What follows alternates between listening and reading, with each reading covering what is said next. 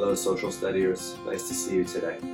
I hope you still have your compasses because we're not done yet. So do you remember last time we were talking about the 5 different regions of the United States? All of those are inside of the United States, which is one country.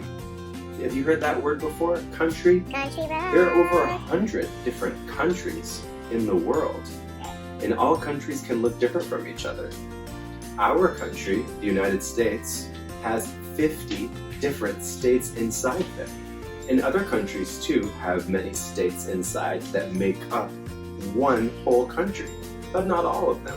And just like New York has neighbors around us, like different states, you remember we talked about Vermont, Massachusetts, Connecticut, Pennsylvania. There's so many different neighbors that we have inside our country. But did you know that we also have neighbors to our country that are other countries? Heavens no. Alright, it's time for us to use our compasses. Wait, where'd I put mine? Ah, here it is. How did he do that? So if we are looking at our country and we're in the middle, we just start on our compass. If we go north, aha, we have found another country. This is Canada. So Canada is to our north. And if we go back down to Kansas, let's start in the middle of our compass. If we go south of our country, we go all the way down to Texas, and then welcome to Mexico, everybody. Now, I bet you're wondering, these all look like they're kind of connected, but there are these lines that divide them up. You're right. I'm going to teach you another big word. Are you ready for it? The word is continent. Can you say that? Continent. Good. And a continent is land that is all touching together, and it's huge. Continents are massive. So a continent is all one piece of land. So when we look at this map, you can see here that the United States, our country, is over here in the middle. That orange thing? On top is Canada. The green one. And even if you keep going further northwest, you can see Alaska. And that's part of the United States, isn't it? Of course. But look where the land is touching. Where is it connected to? Isn't that touching Canada? Isn't that funny? It's connected to Canada's land, but it's a part of our country. Isn't that funny? And if we go back down south, you'll see that Mexico is touching part of the United States.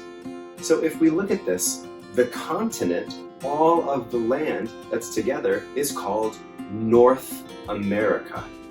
And that is holding onto all the different countries that are a part of North America.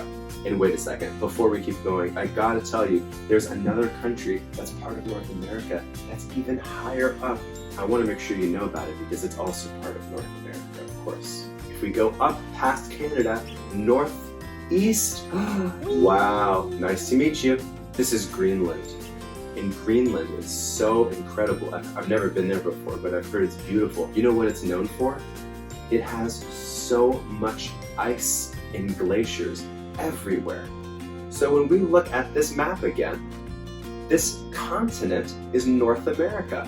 And the lines that are dividing it up, when we look at a map that has all of the countries divided up, that's because people did that. The land that's all touching the continent is like that by itself. So when we look at a continent like this, like North America, that's natural. That's because the land has always been touching like that. But the reason that we have different countries is because people divided up that land. So those lines that you see are not real, but they're what we remember and what we know are dividing our borders. And another really cool thing is that guess what every country has? People, trees, fruit. I'll give you a hint. It starts with an F and ends with flag. That's right. Every country has its own flag. And the special thing about flags is, guess what? They've all got stories. When we look at our flag for the United States, it is red, white, and blue. I'm sure you've heard that before. We have these 13 stripes. And there are 7 red stripes, and there are 6 white stripes, and of course there's the blue part with the 50 stars. And the best part of this is that every flag has a story.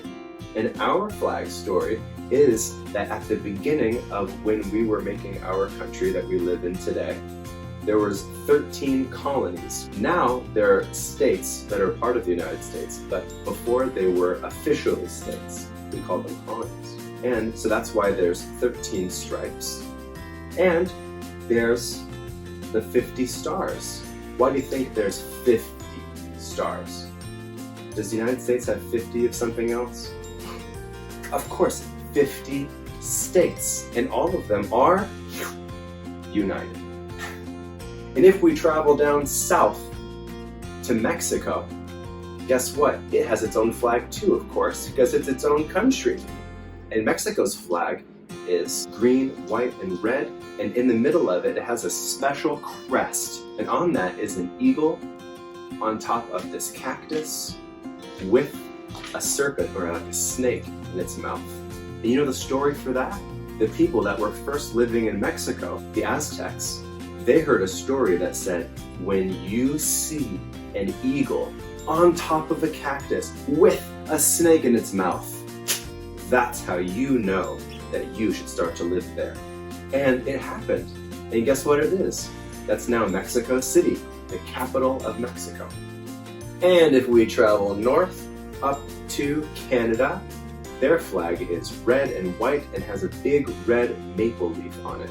There's a lot of story for that flag, but the short story is that maple trees have been so useful for people living in Canada for so long. The trees have been useful, and also they make maple syrup. So that's been a tree that has been very, very important for Canadians and everybody who's lived there in the past for a long time. And last thing, if we travel northeast a little bit and we go back to, do you remember the country? Greenland. Greenland has their own story too. Their flag is white and red and has that circle in the middle. And the story for their flag is also very beautiful. Their whole country is filled with ice and glaciers and ice caps. So the white on the flag is representing all the ice caps and the glaciers that they have in their country. And the red on the bottom represents the ocean that's around them. And the circle in the middle, I've heard a couple of different stories, but one of them is that it's a sun setting into the ocean, and the white on the bottom is the reflection. And some people say that it's the sun with the glaciers. Anyway, their flag is all about nature and about their country and how beautiful they think it is. Alright, so now I have some blank maps for you, and you get to fill them out and see if you can remember which country lives where. And don't forget to use those compasses, and I hope you find your way around and discover some new countries. Thanks for joining me, everybody.